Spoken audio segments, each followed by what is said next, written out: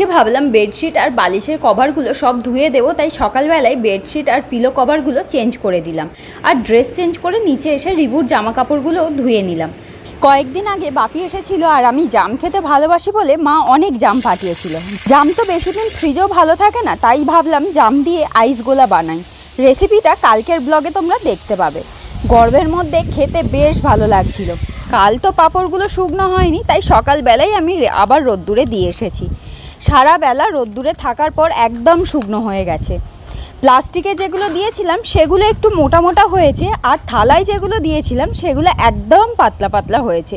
আসলে আমি প্লেটগুলোয় তেল মাখিয়েছিলাম, আর তেল ছিল বলে একদমই ভালো করে দেয়া যাচ্ছিল না। আর রিবু তো আজকে রাতে একদমই ঘুমোতে চাইছিল না, শুধু বাইরে যাওয়ার জন্য বায়না করছিল। আজকের ভিডিওটা এখান পর্যন্তই। ভালো লেগে থাকলে চ্যানেলটাকে সাবস্ক্রাইব করে দিও এরকম আরও ভিডিও পাওয়ার জন্য। ততক্ষণে সবাই ভালো থেকো, সুস্থ থেকো।